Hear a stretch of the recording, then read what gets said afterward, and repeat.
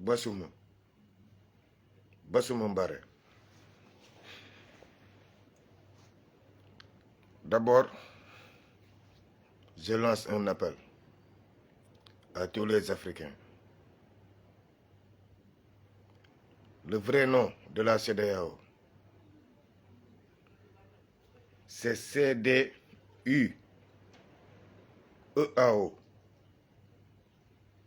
F.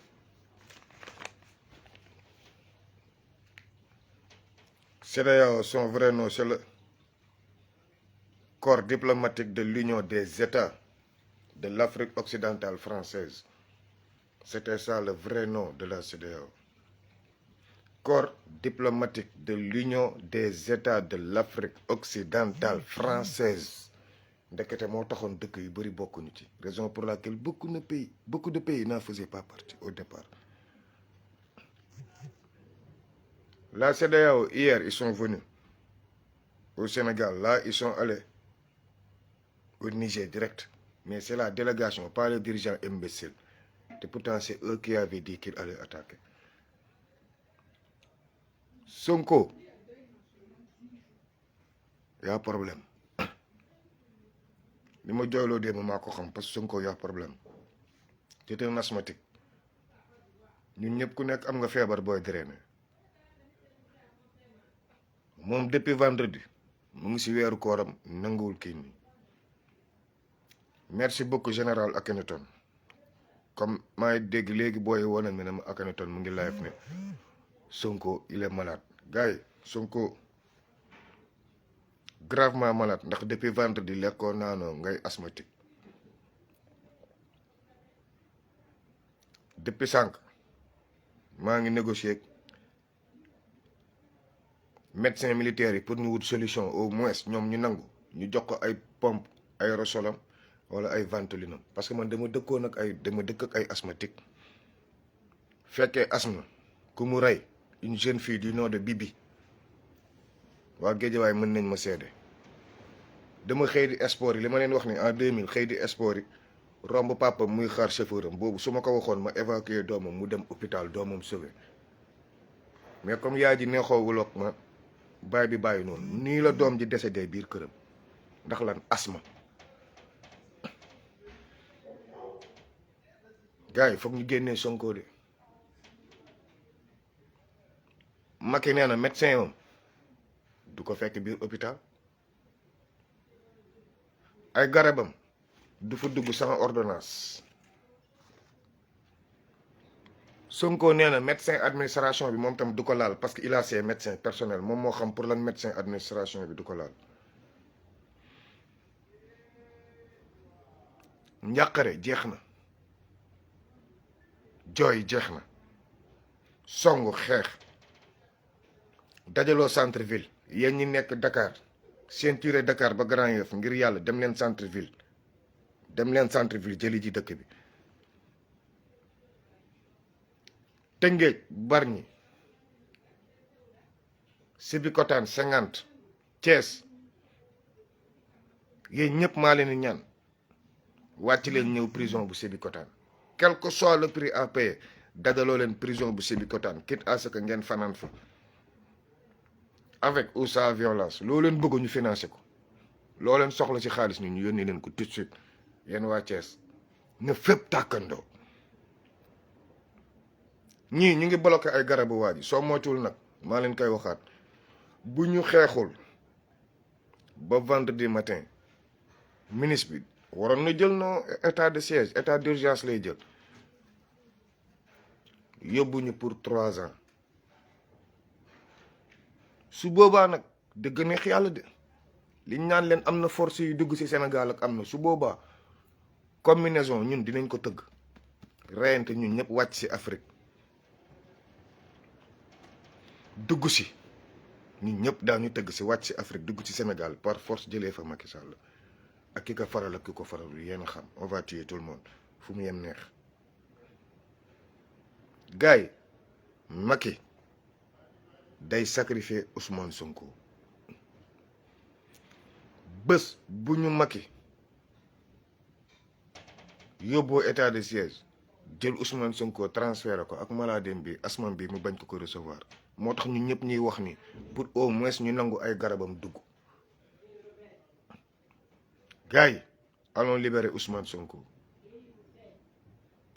moo gën di topp li ma leen di wax doomu double corps injection yi moytu leen genre xale yooyu allons libérer Ousmane Sonko yéen ne leen Ousmane Sonko tey gënal suñu bakkan ndax waruñoo gën gore ay fenkat ay doomi njaaloo ay doom yoo xam ne doomi xaram ay ministre toog fii di wax nu mu leen neexee ñooñu tey ñooy jël Ousmane Sonko tëj ay sàcc ay violeur lépp ñu jiñ ko Ousmane Sonko ñu jàppee leen ko ñoom tey ñoom ñoo koy jël tëj ñun ñu toog déedéet Grand Yoff dem leen centre ville ngir yàlla te dinaa leen jox beneen secret xam nga yéen ñi nekk suñuy page bu ñuy live xam nga ñu bëri ci Facebook lañ leen jàppee dem leen jëli seen kër tëj leen ñun tam am nañu beneen réseau bu ñu ubbi ñun waa Pastef ñun ñi bu ñuy live gis nga ñu nekk di saaga su suuf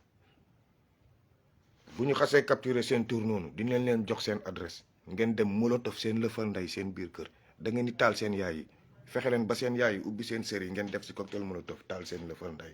loolu moo leen ci génneel patriote boo leen amee fulla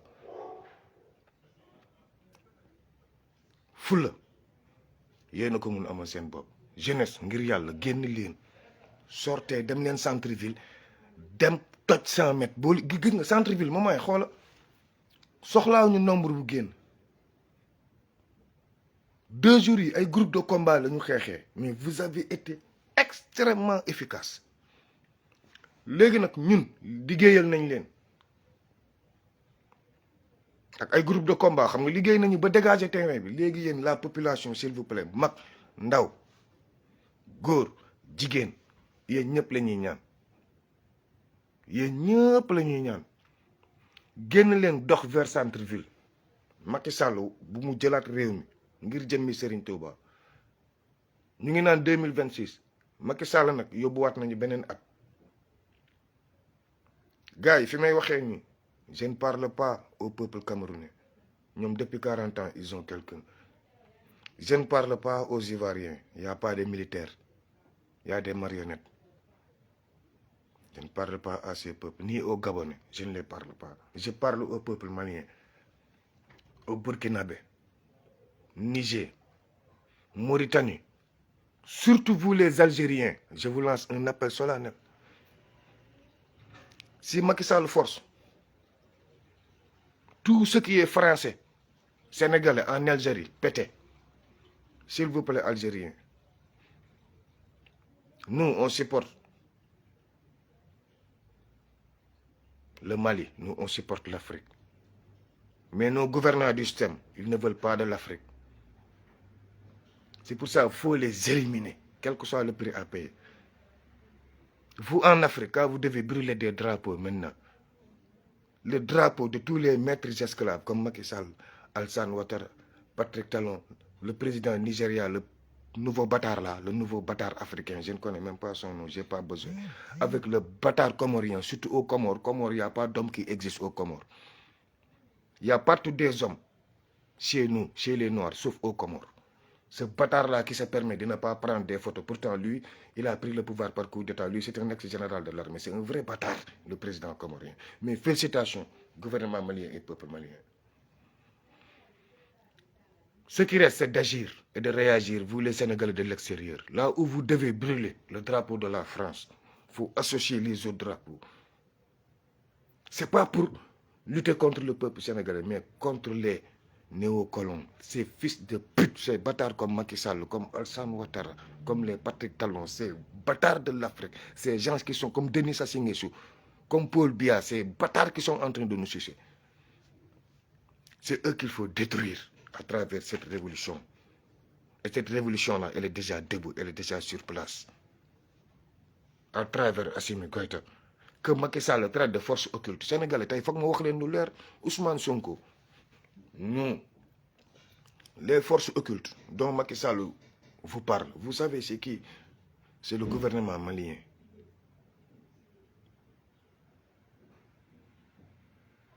les forces occultes dont Macky Sall vous parle, les financements étrangers dont Macky Sall vous parle, c'est le gouvernement malien. Et c'est ça qu'il était allé régler en Russie. Et il a mal parlé, parce qu'il a mal compris ce qu'il devait régler. Ce n'était pas une affaire personnelle, parce que le Sénégal ne l'appartient pas. Les forces étrangères qui supportent Ousmane Sonko, tôt ou tard, le ministre va le dire, ou le procureur va le dire. C'est Assimi Goïta, rien d'autre. Que lui, que Macky Sall ose attaquer Assimi Goïta en tant que président, que c'est lui qui veut déstabiliser le Sénégal. Et vous aurez de ces informations. Parce que Sonko est l'ami à Assimi Goïta. Parce que IB est l'ami à Assimi Goïta. Il y a un problème. Macky Sall mu ngi jaxase ak àdduna. Et il y aura, qu'on le veuille ou non, Sénégal, si Sonko vit ou si Sonko meurt, Macky Sall ne va pas terminer son mandat là, quel que soit le prix à payer. Ñun la war a gën a jaral. Tey journée nationale la semaine bi yëpp journée. Thiès, Tëngéej, Bargny yéen ñëpp maa leen di wax sécuriser leen, bloquer tout. Tout le monde a subi kotam. La gendarmerie ne va pas vous contenir.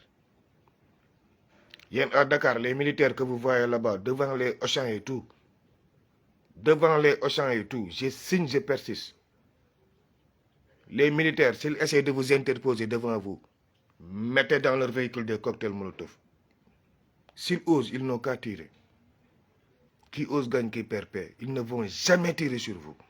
Jamais. Les enquêtes sont déjà là-bas, les enquêtes sont déjà en cours. Macky Sall lu ko neex na def, lu ko neex na wax. Toj leen lëfal ndeyam waa CPI jël ko yóbbaale coow li jeex. Xeex bi ñoom moyen lañ teg, ñu nit moyen la ñuy woote gañe xeex bi. Numéro yi ngeen ma yónnee yëpp démb tenc nañ ko. Jàpp nañ benn booy bi mais génne naa ko fi mu nekk. Booy yi ñu jàpp yëpp ñun mën nañ leen génne, amul problème. Nañ ko teel a yëg rek.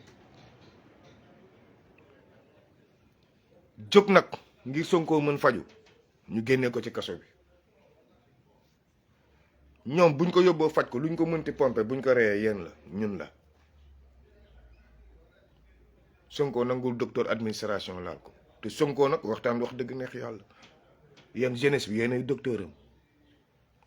comme ni ngeen nekkee avocat am comme ni ngeen nekkee ay garde corps am te lii yëpp da ngeen signé woon ak moom pacte. Moustapha Diakhaté nag actuellement c'est lui qui dirige les opérations. Ba Farba Ngom am fitu menacé Macky Sall ñu leen ko génn ñoom ci projet bi sa bakken da ciy des ñoom ñu demoon signé seen pacte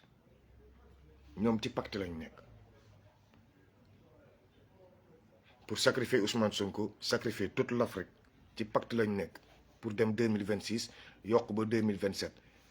parce que j'ai su que baril pétrole yi dañ koy repousser waat nekkatul décembre 2024 le premier kii bi di génn. Macky Sall parewul pour dem élection actuellement rien n'est prêt pour ngeen dem élection waxoon naa leen ko bële passé rien n'est prêt pour ngeen dem élection amagu leen fichier électoral yi war nañ ci dugal diw war nañ ci génnee diw rien n'est prêt 2026 ngeen jëm boo leen daf loo nag Macky Sall yóbbu leen 2027 2028 bu ni mu ko neexee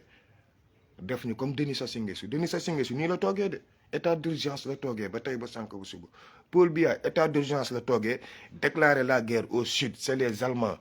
comme nu Macky Sall def nii déclarer la guerre au sud commencé xeex ak ñun déclarer état de siège point final day toog militaire bu fi nangu gendarme bu fi nangu état de siège wala couvre-feu di ngeen gis loo leen mosul gis Sénégal ay militaires yu ñuy taal seen ndey guddi ance gorog ñëpp laa si yemale mag ak raq ku ci sol tenue maay mag yi bàyyi maay raq yi taal leen lëfal ndeyam balaa muy xat taal leen cottu ndeyam balaa muy xat amatul ay calcul maay magu diw maay papay diw taal leen ndeyam balaa muy xat Sonko bu mu ñu gën a gore yéen jigéen ñi nag ay soxnaax Sonko gën nañu jigéenu Sénégal ñu bëri malgré am na ñuy participer ndax man jigéen ñaay gën a participer ci combat bi c'est ça que j'ai senti mais ay soxnaam gën nañ jigéen ñu bëri tey boo leen wàccoon ci terrain bi marche bu takkarnaase ba takkarnaase gendarme yi duñ tiire yéen magi Pastef yeeg ndaw yi Pastef yeeg yéen ñëpp daañu leen jël dóor si kaso bi balaa boobu nag jël leen seen i kàkk ku nekk jël say responsabilité ngeen wàcc si tali bi xeex lillaay waru suuli wàcc leen xeex ngir jëmmi Serigne Bamba wàcc leen xeex ñu jëlee fi Macky doome xaram Sall mii ak Moustapha Diakhaté bu ubbi la fa ndayam bi jiite te ne nañu rey ñëpp ndax moom xam na ne du dem CPI Touba lay daw làqatu après moment bi ñoom seen CPI ci Touba lañ ko teg su boobaa tam daañu toj nday Touba génne leen ñun jugé leen suñu bopp ba xam kan moo si mun dara on va voir gars yi ñu ngi réunion leneen ci biir parce que ñu ngi dem Touba jël Fall yu base avancé tëj Touba autorité yi dem làqatu ñàngul yéen jeunesse loo leen romb na tàkk loo leen romb na dëgg ndayam moment bii Cheikh Tidiane si li ma leen wax rek nee na bu yàqu jotee bu nguur ne la kaa ñu yàq ba yàqu jot lu waay yàq na ko xeeb ku mu waay mën a yàq nu yàq bi mën a ñaawee lu waay mën a katta ndayam nan ci katt ndayam bàyyi leen xaar bi c'est trop ñun xeexal nañ leen 2 jours yi dégagé nañ terrain bi léegi nag c'est à la population de sortir parce que waa ji jaaxle na mu ngi suffoqué lekkul bëgg di dundee ay butéelu Evian yi ndaw di naan di toog ci ko wooroon depuis vendredi ñu taxañ ko depuis boobu calculer leen yéen ñëpp kan moo ci sañ woor depuis vendredi ndogu woo lekk sax banaana yéen ñëpp ba pare am asthme mënutoo respirer nawet bi bu tawee ba pare bu suuf si kiiwee nii bu suuf si buy jebbi nii dafay diis ça j'ai des enfants asthmatiques xam naa lu may daj nawet ma nee naa dama gis asthme ko mu rey léegi nag dem leen jëli Sonko avant qu'il ne soit trop tard de ñeneen ñu yéen waa Dakar dem leen wàccee nday Macky avant qu'il ne soit trop tard waa Diaobé nag commencé nañ démb gis naa taal nañ nday fépp tey tàkkaat na nii Ziguinchor commencé nañ depuis sànq liggéey bi Casamance moom job lañ ko def xëy 8 heures comme école dóor ba midi añ ñëwaat dóor Zik moom école lañ ko def job comme zone démb gis naa gars yi wax ci guddi gi ngeen xaw a calmer mais li ñu leen wax de boo leen reyee suñu doom ñu rey nday seen doom c'est simple léegi fa la xeex bi toll lu waay mën yàq na ko yàq gars yi jàpp leen ci combat bi ñu financé booy yi man chaque jour man bu may dem damay ñëw ak xaalis tour bi la ma gars yi ne naay moytu tour yi chaque jour bu may kii damay financé lu ma waay man bu dee fii ngeen yónnee France dama koy envoyé na xaalis ñëw samay boy yi may envoyé mënu ma wax seen tour am na numéro bu ma joxe Sénégal ma gis xoola beer yi woo kook ñëpp man maa moom numéro boobu mu ngi fii 517 29 09 dem leen Sonatel liir Baye Ndiaye moo fa nekk Baye Ndiaye Esfal moo fa nekk Njaga Yaaram maa fa nekk keneen moomu ko man maay borom mu ngi fii maa koy transmettre ci même numéro bi yéen ministres yi yéen ñëpp yor ngeen benn numéro ñetti opérateurs yi bokkul non agent de terrain yëpp yor nañu opérateur da ngay yore man dama yor benn numéro ma yor ko Orange Expresso Tigo c'est benn numéro la mais loolu ça dépend ñu koy am Sénégal loolu c'est le système nag sama numéro la gars yi inquiétez-vous gars yi 77 517 29 09 bi lu leen neex yónnee leen Wave Western Orange Money mu yéen mu woote naan Père Baye moo ma yónnee xanaa xam nga mën nga doon waxal yow it commissariat point E dem leen jëli waa commissariat point E de tey suba booy indiqué yëpp commencé nañ daw yéen géejawaay dinaa leen passe liste indicateurs yëpp liste indicateurs yëpp xam nañu règle bi géejawaay waaw ñun dinañ attaquer mais du tey xam nañu règle bi la jeunesse allez sortir Sonko de là où il est avant qu'il ne soit trop tard maa ngi waxaat lekkul naanul il est en danger mu ngi suffoqué complètement man duma nëbb de si suba laa ko yëg ma ne non gars yi dañuy xumbal Akhenaton wax ko ma woote waat pénitencier bu ñu ne ma kenn amul accès néegam heureusement ki ma jot wax naa leen ko homme de tenue yi ñëpp duñu ay dooméram am na si ay nit ba tey moo ma ne grand mu ne ma kii lance un appel normal live nii léegi xam naa dinañ dàkkaat pénitencier yi nekk fële yëpp si bi kotaan yëpp mais yéen a xam ñoom ñoo ma ne ma lancé un appel solennel à la jeunesse ne leen Sonko ku leen ne il se porte bien waxul dëgg il va très mal ndax mu ngi suffoqué nangu ñu ay garabam dugg ñoom joxuñu leen autorisation pour ay garabam dugg sans ordonnance loolu tam moo tax sànq ma ne leen dem leen jëli ordonnance yi ngeen andi ko ci buntu kaso bi peut-être que ñu nangu ko ñu jëli ordonnance yi ñëw ñu ne foog ñoom seen médecin contrôlé Sonko pour xam état am Sonko nee na médecin bu nekk biir Sébikotane du ko contrôler ndax il a ses médecins personnels nangu ñu garabam dugg mu ngi suffoqué lekkul naanul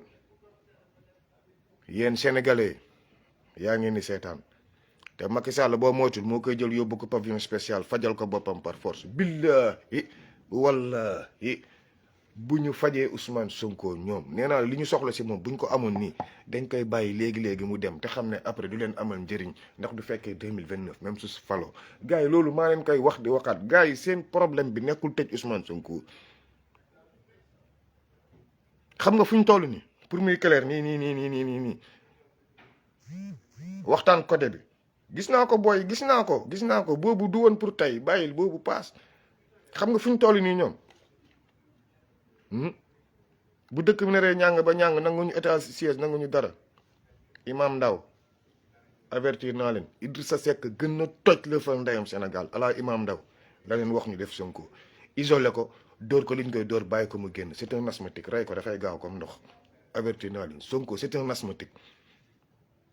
pompe létale yi bu ci jëlee li ci Imam Ndaw jël genn wàll gi Sonko antanu ko asthmatique la bil de li Imam Ndaw jël ci gaz létal genn wàll gi Sonko antanu ko genn wàll gi Sonko antanu ko c'est un asthmatique il est en train de souffrir dans la prison de Sébikotane pénitencier yaa ma ko wax pour que je vous lance un appel solennel la jeunesse ngeen génn dem libérer waa ji yéen waa Thiès Sébikotane Tëngéej gars yi sortez ngir yàlla sortez ñu jeexal combat bi li laay war a soli ngi jëmbi Serigne Touba yéen rek la ñu yaakaar yéen la Sonko yaakaar yéen ba homme de tenue yéen la ñuy yaakaar ba ne ma grand defal appel pour jeunesse bi gars yi yéen la ñu yaakaaruñu keneen ku dul yéen sortez la jeunesse vous avez déjà gagné xam nga lan moo ci des ni ay question de primeur waxoon naa leen ko course bi 10 000 mètres la woon daw nañu arrivé moo ñu dese athlétisme laay def xam naa lu may wax arrivé sa tànk yi day dis gann sa acide lactique yéeg dootoo mun dem mais da ngay diree ko jom dévouement détermination moo ñuy yeggloo dëgg ndayu Macky Sall génne ko palais bi mu jeex militaires yi géré ñu dem ci transition loolu la ñu soxla faites vite Sonko sa vie est en danger faites vite avant que Macky di ñu dóor di ko évacuer di ko éliminer faites vite avant Macky di jël confiance li laay war a sulli faites vite sortez en masse sortez démb Ngagne Demba Touré wax na leen ko sortez man bi may def live naan Sonko di côté Ngagne Demba Touré boobu Ngagne Demba Touré du woon responsable des jeunesses mais la may gis ci politique ñoom duñ ko gis xëy na après bi ñu commencé di wax ak man waxtaanu suuf on s'est compris Ngagne Demba Touré taxaw na sortez on mène ce combat jeex na combat bi mat na ba pare sortez Ngagne Demba Touré moo nekk ci yoon ci désobéissance civique la nekk yéen tam keneen kuñ ci convoqué defal comme Ngagne Demba Touré disparaît bul wuy ji di def say live di dëgg seen la fa ndey may mën a buso yow doo am convocation dañ lay jël si direct codé nañ ma ko ba pare mais c'est pas grave sa nom de jël si sax tu vas assumer patriote nga point final on va gérer